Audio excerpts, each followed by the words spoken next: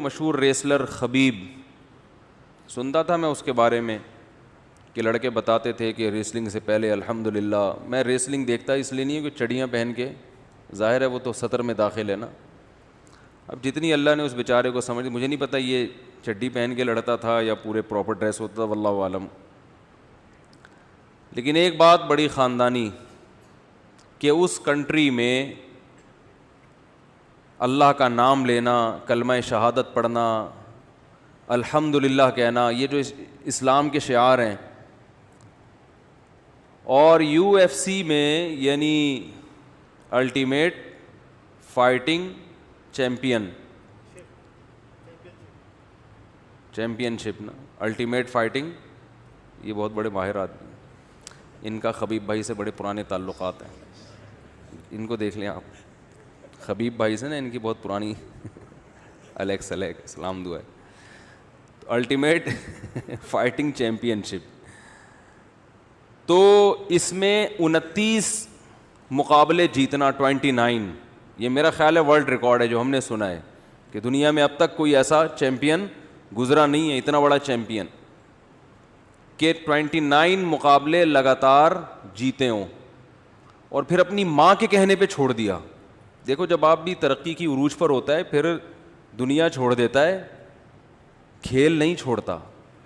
کھیل تو جب چھوڑا جاتا ہے جب آپ کو پتا ہوتا ہے کہ اب میرا زوال شروع ہے.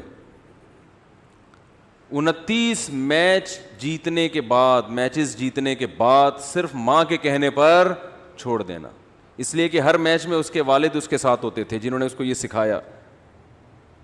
تو والد کا انتقال ہو گیا کرونا سے، تو والدہ نے کہا کہ اب باپ کے بغیر تمہیں رنگ میں اترنے کی اجازت نہیں ہے. اس نے اعلان کر دیا میری ماں نے منع کیا ہے.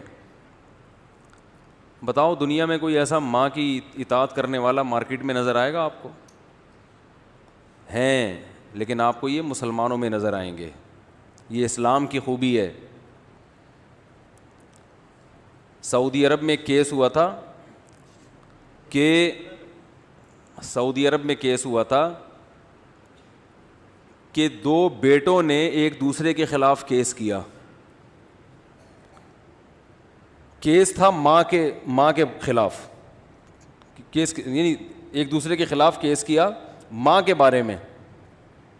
یہاں عام طور پر کیسز کیا ہوتے ہیں؟ ماں کی وراثت مجھے ملے گی، وہ کہہ رہا ہے مجھے ملے گی، یہ ہوتا ہے نا. ماں کا خرچہ یہ اٹھائے گا، وہ کہہ رہا ہے نہیں اس کے ذمے. وہاں کیس یہ تھا کہ وہ ایک کہہ رہا تھا ماں میرے ساتھ رہے گی، دوسرا کہتا تھا ماں میرے ساتھ رہے گی. دونوں بھائیوں میں خونی لڑائی ہو رہی تھی.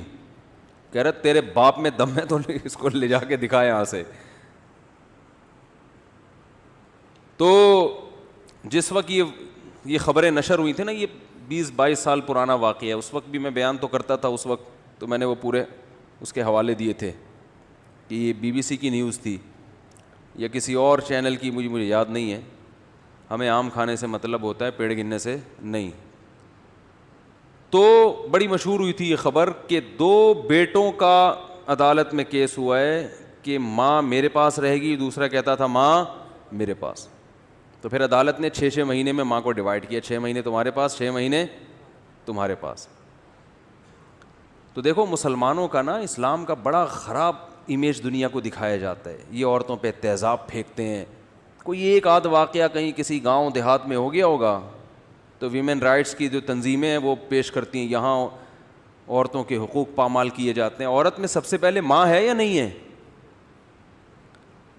عورت میں سب سے پہلے کس کا حق ہے؟ جس نے تمہیں جنا ہے. اس کے حقوق کی کبھی بات کرتے ہوئے دیکھا آپ نے ان لوگوں کو؟ بولو نا بھائی. سال میں ایک دفعہ وہ مدر ڈے، بس اس کے حقوق کی بات ہی نہیں ہے. کوئی لا ہی نہیں ہے اس بارے میں، قانون ہی نہیں ہے. کیونکہ لوگ نہیں پالتے ماؤں کو، تو گورنمنٹ نے، حکومتوں نے اولڈ ہوم بنائے ہوئے ہیں کہ یہاں لے آؤ، سڑک پہ مت پھینکو. یار تم اسے تہذیب کہتے ہو، اسے حقوق کہتے ہو؟ تو اللہ کی قسم اسلام کے علاوہ دنیا کے میں کسی کے پاس وہ حقوق نہیں ہے جو کس کے پاس ہیں؟ اسلام کے پاس ہیں. تو کتنی بڑی بات ہے یار اپنی ماں کے کہنے پر کہ بھائی باپ کے بغیر رنگ میں نہیں جانا ہے، تم نے چھوڑ دی، اماں خوش ہو جائیں. تو میں ساتھیوں سے کہہ رہا تھا دیکھو اس نے دنیا کے مقابلے جیتے، ماں کی خدمت کا جو مقابلہ ہے نا یہ بھی اس نے جیت لیا. اور وہ جو اس ریسلنگ اس نے 29 دفعہ جیتی ہے اس پہ آخرت میں پتہ نہیں اجر ملے نہ ملے، لیکن یہ جو ریسلنگ اس نے جیتی ہے نا ماں کی خدمت کا مقابلہ، دنیا میں جب اللہ اجر کے لیے بلائے گا نا کہ کون کون ہے جس نے اپنی ماں کا خیال رکھا ہے، تو اس میں بھی تو ایک مقابلہ ہوگا نا. کوئی آئے گا میں نے یہ کیا، کوئی کہے گا میں نے اماں کو حج کرایا، تو یہ مقابلہ بھی خبیب اس میں بھی آگے نکل جائے گا. اللہ میں نے اپنی ماں کے کہنے پر اپنے عروج کے زمانے میں ریسلنگ کو چھوڑ دی. تو جیسے ہی مجھے وہ بتایا نا کہ ساتھیوں نے کہ اس نے ریسلنگ، تو مجھے وہ رسول اللہ صلی اللہ علیہ وسلم کا واقعہ یاد آ گیا. بعض چیزیں ایسی ہوتی ہیں کبھی بیان میں ذہن میں نہیں آتی، لیکن جب کوئی واقعہ آتا ہے تو ایک دم. آپ صلی اللہ علیہ وسلم نے بھی مقابلہ کیا ہے، پہلوانی کی ہے، ریسلنگ کی ہے. حضرت رکانہ رضی اللہ تعالیٰ عنہ یہ زمانے جاہلیت میں بہت بڑے پہلوان تھے، مکہ کے سب سے بڑے پہلوان مشہور تھے، اور ان کا ریکارڈ تھا ان کو کبھی کسی نے ہرایا نہیں تھا. تو ایک مرتبہ کہیں ان کی ملاقات ہو گئی رسول اللہ صلی اللہ علیہ وسلم سے، ابو داؤد اور ترمذی کی روایت ہے. تو انہوں نے نبی صلی اللہ علیہ وسلم سے مقابلہ کیا اور چیلنج کیا آپ مجھے ہرا کے دکھائیں.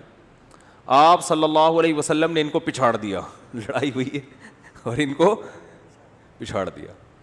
تو جب پہلی دفعہ پچھاڑا نا تو حضرت رکانہ اس وقت تو اسلام نہیں تھے، ان کو بڑا تعجب ہوا. انہوں نے کہا مجھے کسی نے آج تک زمین پہ چت نہیں کیا. تو کہا دوبارہ مقابلہ ہوگا. یعنی یہ والا کیا ہو گیا؟ کینسل. یہ تو شاید کوئی اتفاق ہو گیا ہو. دوبارہ آپ صلی اللہ علیہ وسلم نے ان سے کشتی لڑی ہے، دوبارہ ان کو پچھاڑ دیا. انہوں نے کہا یہ والا بھی کینسل، دوبارہ عد یا محمد صلی اللہ علیہ وسلم، میں محمد دوبارہ. اور یہ قریشی تھے، بنو ہاشم کے تھے، نبی صلی اللہ علیہ وسلم سے ان کا نسب بھی ملتا. قریشی ویسے ہی بڑے بہادر ہوا کرتے تھے، بڑے صحت مند ہوتے تھے. تو آپ صلی اللہ علیہ وسلم نے تیسری دفعہ بھی ان کو پچھاڑ دیا. پھر یہ فتح مکہ کے دن مسلمان ہوئے تھے، مسلمان بعد میں ہوئے. تو میں یہ سوچ رہا تھا دیکھو آج اسلام کا کیا امیج دنیا کے سامنے ہے نا، جو بیچارہ بالکل ہی کوئی سوچ سکتا ہے کوئی مولوی کسی کو پچھاڑے یا پہلوانی کرے یا لڑے. خام میں لڑنا تو اچھا کام نہیں ہے. علماء کا تصور، دینداروں کا تصور کیا ہے؟ کہیں پھڈا ہو جائے تو پٹیں طبیعت سے، یہ بہت نیک آدمی ہے. یہی ہے کہ نہیں ہے؟ اخلاق اتنے اچھے ہوں کہ کوئی بھی کچھ بھی کر کے چلا جائے ان کے ساتھ، ان کو غصہ نہ آئے. ہمارے نبی صلی اللہ علیہ وسلم نے پہلوانی بھی کی ہے. تو کوئی مفتی اگر تیراکی کر لیتا ہے، یہ تو پہلوانی سے کم درجے کا کام ہے نا. پہلوانی میں تو پٹخا جاتا ہے بھائی ٹھیک ہے. تو اسلام کا جو تصور ہمارے دماغوں میں آیا ہے نا وہ تصور ٹھیک بولو نہیں ہے. میرے جو اساتذہ ہیں نا جن سے میں نے علم حاصل کیا بہت نیک ہیں، تہجد گزار ہیں، والی بال کھیلتے ہیں پابندی کے ساتھ. جتنے میرے ٹیچرز ہیں مدرسے میں بڑے بڑے عالم ہیں، میں نام نہیں بتاؤں گا، ایک تو مجھے بار بار یہ آ رہا ہوتا ہے، وہ بڑا اچھا لگا.